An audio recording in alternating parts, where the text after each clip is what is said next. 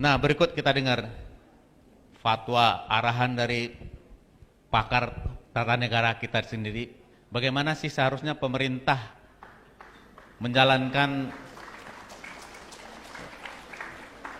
entah dalam bentuk instruksi atau melakukan demokrasi yang panjang dulu untuk memutuskan sesuatu, dan bagaimana sikap rakyat kita sebagai aparat atau sebagai rakyat untuk menghadapi virus ini.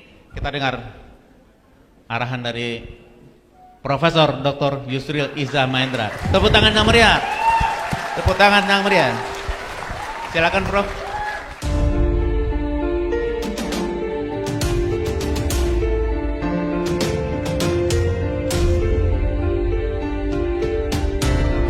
Silakan, Prof. Baik, terima kasih Pak Dr. Norman. Assalamualaikum warahmatullahi wabarakatuh. Bapak dan Ibu para pembicara, hadirin hadirat yang saya muliakan. Ketika saya diminta untuk bicara singkat di sini, saya malah membuka Al-Quran dan membuka kitab-kitab hadis. Ya, jadi bukan buka UUD 45 malah. Karena UUD-nya udah dalam kepala ya, Prof. Dan ternyata di dalam hadis-hadis itu ada yang sangat spesifik. Ketika Rasulullah SAW sudah di Madinah, sudah hijrah, ada orang yang melaporkan kepada beliau berkembang wabah penyakit di Syria, di kota Damaskus, Damsyik, negeri Syam kalau istilah zaman dulunya, di Syria sekarang. Lalu Nabi mengatakan, apabila berkembang wabah penyakit di satu daerah, maka jangan ada satupun di antara kalian pergi ke tempat itu. Dan apabila kalian berada di tempat di mana wabah penyakit itu sedang merebak, jangan ada seorang pun yang meninggalkan tempat itu. Lalu ditanya, apakah wabah penyakit itu? Rasulullah mengatakan, ta'un istilah Arabnya, wabah penyakit yang merebak. Rasulullah mengatakan itu adalah sisa-sisa azab yang dulu pernah ditimpakan kepada umat Yahudi dan terus akan ada pada zaman-zaman berikutnya. Nabi Muhammad bukanlah sekedar seorang nabi, karena hadis ini diucapkan di Madinah. Di Madinah itu Nabi Muhammad bukan sekedar nabi dan rasul, tapi beliau adalah seorang kepala negara. Jadi hadis itu harus dilihat konteks Nabi bicara begitu, menerima laporan orang-orang yang datang dari Syria bahwa di sana sedang berkembang penyakit, dan Nabi mengucapkan sesuatu yang bersifat larangan. Itu tidak semata-mata harus dilihat sebagai hadis Nabi, tapi harus dilihat juga sebagai perintah seorang kepala negara. Sebab hanya seorang kepala negara yang bisa memerintahkan rakyatnya untuk tidak pergi ke negara lain dan memerintahkan orang yang ada di negara itu tempat berkembangnya satu wabah untuk tidak datang ke tempat ini. Kalau terjadi di dalam negeri, hal yang serupa juga dilakukan. Jangan ke sana, jangan keluar dari situ. Apa yang diucapkan dalam hadis Nabi ada semua dalam kitab Bukhari, ada Muslim, ada Tirmizi, ada An-Nasa'i, ada yang memberitakan hadis itu sahih dan mutawatir rawinya. Artinya bahasa Nabi itu kalau sekarang sudah travel warning, ya, larangan untuk bepergian. Kalau baru warning masih mengingatkan, tapi betul-betul perintah tutup, tidak boleh pergi ke satu tempat, perintah untuk tidak meninggalkan dari tempat itu. Inilah yang kemudian berkembang ke zaman kita sekarang, dan kemudian ketika peristiwa COVID-19 ini, virus corona ini begitu meresahkan orang, kalau kita membaca hadis, kita akan ingat bahwa sebetulnya policy yang diambil oleh Nabi itu mempengaruhi pemikiran kenegaraan di zaman modern sekarang. Nah, kalau lihat dalam konteks kita baca Undang-Undang Dasar 45 kita, disebutkan alinea keempat bahwa tujuan bernegara kita itu adalah untuk melindungi segenap bangsa dan tumpah darah Indonesia. yang pertama-tama bertanggung jawab terhadap apapun yang terjadi di negara kita ini adalah negara yang diwakili oleh pemerintah. Pemerintah yang paling tinggi itu dalam sistem kita ada di tangan presiden. Saya teringat pada tahun 2003 ketika SARS berkembang, saya kebetulan sedang ada di kabinet pada waktu itu di bawah Presiden Megawati. Perdana Menteri Singapura itu meminta kepada Indonesia untuk mengadakan sidang darurat ASEAN membahas masalah SARS. SARS pada waktu itu meresahkan banyak negara termasuk kita, tapi seingat saya korban SARS di Indonesia itu cuma 3. Satu di Semarang, satu di Jakarta, dan satu lagi di rumah sakit ada Malik di Medan. Tapi tidak ada yang mati. Ya, apakah karena sedikit pada waktu itu korban SARS, apakah sekarang ini belum ada yang terkonfirmasi orang sakit karena virus corona? Mungkin apakah ada faktor apa itu secara akademik belum dibuktikan. Walaupun kita baca katanya, komen dari para ahli dari Universitas Harvard bahwa di Indonesia itu bohong, mustahil. Tapi mereka hanya menggunakan angka statistik dan bicara tentang probability. Saya kira itu justru nggak ada nilai akademiknya sama sekali. Kalau sekian banyak orang datang ke Indonesia, sekian banyak datang ke Filipina, sekian banyak datang ke Singapura, mestinya sudah ada di Indonesia. Kan baru hipotesis. Harus dibuktikan secara empiris, ada atau tidak ada. Kok dari Harvard bicara tingkat hipotetis menggunakan angka statistik, seperti mahasiswa Yarsi aja bisa mentertawakan Universitas Harvard, kok kayak begitu cara berpikirnya. Tapi kita ini kadang-kadang kalau Harvard ya sudah sudah hebat, sudah apa, kadang-kadang ngomongnya malah nggak saintifik sama sekali. Nah, jadi karena negara berkewajiban untuk melindungi segenap bangsa dan tumpah darah Indonesia, maka memang harus ada langkah-langkah darurat, emergency, sistematik untuk mengatasi persoalan ini. Seperti dulu tahun 2003 itu yang sangat-sangat khawatir adalah Singapura. Ya, negaranya kecil, ya kadang-kadang gede kepala juga negaranya itu, suka ngomong seenaknya sama orang begitu, suka merasa hebat sendiri. Nah, tapi ketika terjadi SARS 2003 itu, Singapore Airlines itu sudah merumahkan pramugari dan kru pesawatnya karena sudah sangat minim. Sekarang pun Singapura sudah mengumumkan keadaan emergency dan menyatakan negaranya dalam resesi sekarang. Dan resesi itu akan berdampak luas ke bidang ekonomi dan ke bidang sosial. Dan kita pun sebenarnya akan menghadapi itu. Bukan hanya persoalan virusnya, tapi seperti Pak Daeng katakan tadi, dampak sosial, ekonomi dan politiknya itu bisa akan sangat besar kalaulah sekiranya masalah corona ini tidak segera berakhir, dapat diatasi, mungkin ditemukan obatnya atau ditemukan vaksin untuk menangkal supaya tidak menjangkiti orang yang belum terkena virus corona ini. Nah, yang terasa pada kita adalah misalnya di dalam negeri pemerintah sudah minta supaya perusahaan penerbangan mendiskon 25% tiket pesawat domestik.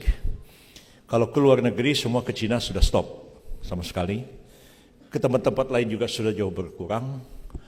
Nah, di dalam negeri itu sudah mulai terasa perusahaan penerbangan termasuk Garuda sendiri sudah mulai pusing. Penumpang sedikit kok disuruh kurangi lagi 25% tiketnya. Sementara Pertamina nggak disuruh diskon afturnya. Jadi itu sudah terasa pada penerbangan. Dan jangan dilupakan bahwa industri kita itu masih sangat banyak menggunakan bahan baku yang diimpor dari Cina.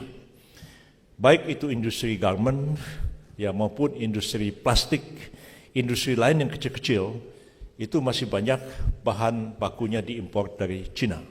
Karena stop sama sekali, ini dalam sebulan 2 bulan ke depan ini dampaknya akan banyak pabrik yang tidak mampu untuk memproduksi sesuatu. Begitu juga import lain-lain, makanan, produk-produk yang lain itu terhenti sama sekali. Dan ini akan sangat berpengaruh terhadap supply dan demand masyarakat kita, sehingga diperkirakan akibat dari dampak dari virus corona ini, pertumbuhan ekonomi kita itu pasti akan di bawah 5%. Jadi jauh turun daripada target yang sudah ditetapkan oleh pemerintah menjelang akhir tahun 2019 yang lalu. Karena itu bagi saya yang paling penting itu sebenarnya pemerintah bisa mengadakan sidang rapat kabinet khusus membahas masalah ini, dan juga koordinasi kepada daerah-daerah ya untuk mengantisipasi keadaan. Ya, kita sebenarnya negara begini besar, walaupun akan terdampak dari segi ekonomi, tapi masyarakat tuh masih bisa bertahan. Ya. Pengalaman kita diduduki Jepang dulu, pengalaman kita revolusi bertahun-tahun kita berperang, rakyat kita itu masih bisa bertahan. Tapi kalau Singapura, kita bisa bayangkan 1 minggu aja suplai air dari Malaysia dihentikan ke Singapura, sudah seperti apa toilet atau apa-apa di Singapura itu udah jadi kayak apa jadinya. Jadi sebenarnya masih bersyukur kita menjadi sebuah negara besar dan cukup mampu untuk bisa bertahan ya, walaupun ya kita tetap perhatiin juga bahwa kita belum maju-maju juga seperti negara-negara lain, tapi daya tahan kita sebagai sebuah bangsa dan negara itu sebenarnya cukup besar. Karena itu saya minggu yang lalu bertemu Pak Presiden dan saya katakan, Pak Presiden sudah saatnya fokus ini menangani masalah SARS ini seperti Bu Mega dulu 2003, tidak hanya dalam negeri. Saya ingat betul waktu itu diambil rapat kabinet mengantisipasi semua keadaan, dan kemudian pada tingkat ASEAN juga sidang ASEAN, KTT ASEAN darurat menghadapi SARS pada waktu itu, dan ada sikap sama ASEAN dalam menghadapi SARS. Sekarang sikap ASEAN tidak sama. Ya, kebijakannya terhadap Cina beda-beda. Ya, kita beda, Singapura beda, Filipina beda, apalagi negara-negara yang memang agak sulit menghadapi Cina seperti Myanmar, Vietnam dan Kamboja. Itu agak susah karena mereka berbatasan langsung dengan Cina. Nah, kita sebenarnya masih lumayan dan di luar dugaan orang juga, karena dianggap bahwa presiden kita itu selama ini terlalu banyak utang budi sama Cina. Tapi saya kira ketika menghadapi coronavirus ini, presiden kita sebenarnya cukup tegas menghadapi Cina. Dan saya kira soal Natuna itu dipilih ya, itu tidak terlepas daripada aspek geopolitik ya, karena kita memang ada masalah dengan Cina mengenai perairan sekitar Natuna itu, yang ya Cina tidak mau mengakui bahwa kita punya ZEE ya, punya zona ekonomi eksklusif 200 mil, di luar 14 mil wilayah laut teritorial milik kita. Nah, jadinya dibawa orang dari Wuhan itu sengaja tuh ditaruh di Natuna supaya kamu tahu ya, ini orang terjadi negara kamu taruh sini. Ini Natuna ini punya kami. Kamu jangan macam-macam. Itu yang tidak bisa dibaca oleh orang Natuna. Ya, orang Natuna ini saking awamnya malah bakar-bakar ban menolak orang-orang ini. Padahal kan pemerintah sudah perhitungkan kenapa ditaruh di bandara militer segala macam itu. Jadi sebenarnya aspek politiknya itu dipertimbangkan betul. Karena kita, kalau kita lengah soal Natuna ini, sebenarnya juga caplok sama Cina itu. Ya, dengan kekuatan militer dia yang begitu besar. Walaupun Pak Jokowi ya sama juga seperti saya dulu sekitar tahun 2001 begitu ya. Pernah kita mengizinkan kapal perang Amerika itu melewati Alki 2. Sebab kapalnya itu dari dari Pasifik, dari Amerika. Nah, melewati Filipina, minta izin masuk ke wilayah kita. Ya, kita wajib memberi izin. Tapi syaratnya itu ada dalam UNCLOS, itu meriam harus ditutup, pesawat harus dikunci, dan semua radar-radar yang menyangkut militer dimatikan. Begitu sampai di Selat Bali, tiba-tiba 2 pesawat F-18 Hornet mengudara, dan radar kita menangkap dari lapangan terbang Iswahyudi di Madiun dan lapangan terbang Abdurrahman Saleh di Malang. Waktu itu Pak Widodo AS cepat sekali telepon, Pak Yusril, pesawat Amerika naik. Apa sekarang? Kejar Pak. Kita hanya 8 menit pesawat kita mengejar 2 pesawat Amerika di udara. Untung pesawat Amerika itu nggak nembak pesawat kita itu. Yang terbang itu 6 pesawat F-15 yang sebenarnya teknologinya sudah jauh ketinggalan dengan F-18 Hornet. Ya, tapi paling tidak kita tunjukkan bahwa kita punya keberanian. Ya, dan pesawat Amerika itu tidak apa-apa, dipaksa turun, dia turun lagi ke kapal induk Amerika yang ada di Selat Bali. Dalam rangka waktu itu dari Pasifik numpang lewat untuk menggempur Irak pada waktu itu. Kita nggak punya pilihan, kita harus mengizinkan sesuai UNCLOS. Pak Jokowi pun sama pada waktu Coast Guard Cina, Coastal Guard Cina itu meledek-ledekin kita, Pak Jokowi bilang, saya suruh aja Prof kapal perang datang ke situ. Untung aja kalau perang tembak kapal perang Cina, saya bilang begitu. Jadi artinya memang walaupun alat perang kita itu rongsokan, tapi kita tetap harus punya satu keberanian, ya, tunjukkan ini punya kita, jangan macam-macam begitu. Nah, tidak berani juga Cina nembak kita kan, Amerika pun tidak berani nembak pesawat kita di Selat Bali pada waktu itu. Jadi ya seperti itulah, saya kira senang sekali saya hari ini bahwa nasionalisme, jiwa kebangsaan kita tuh harus tetap ada. Ya walaupun kita menghadapi krisis seperti ini, kebersamaan kita sebagai bangsa ya, jadi sangat kecewa kita dengan sebagian kawan-kawan kita di Natuna kemarin ya, demo-demo bakar ban, menolak. Mau ditaruh di mana?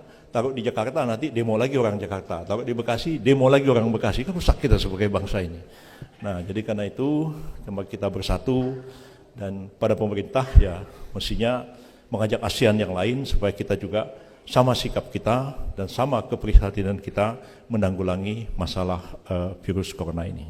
Makasih. Wassalamualaikum warahmatullahi wabarakatuh. Terima kasih Prof. Yusril. Tepuk tangan yang meriah sekali lagi.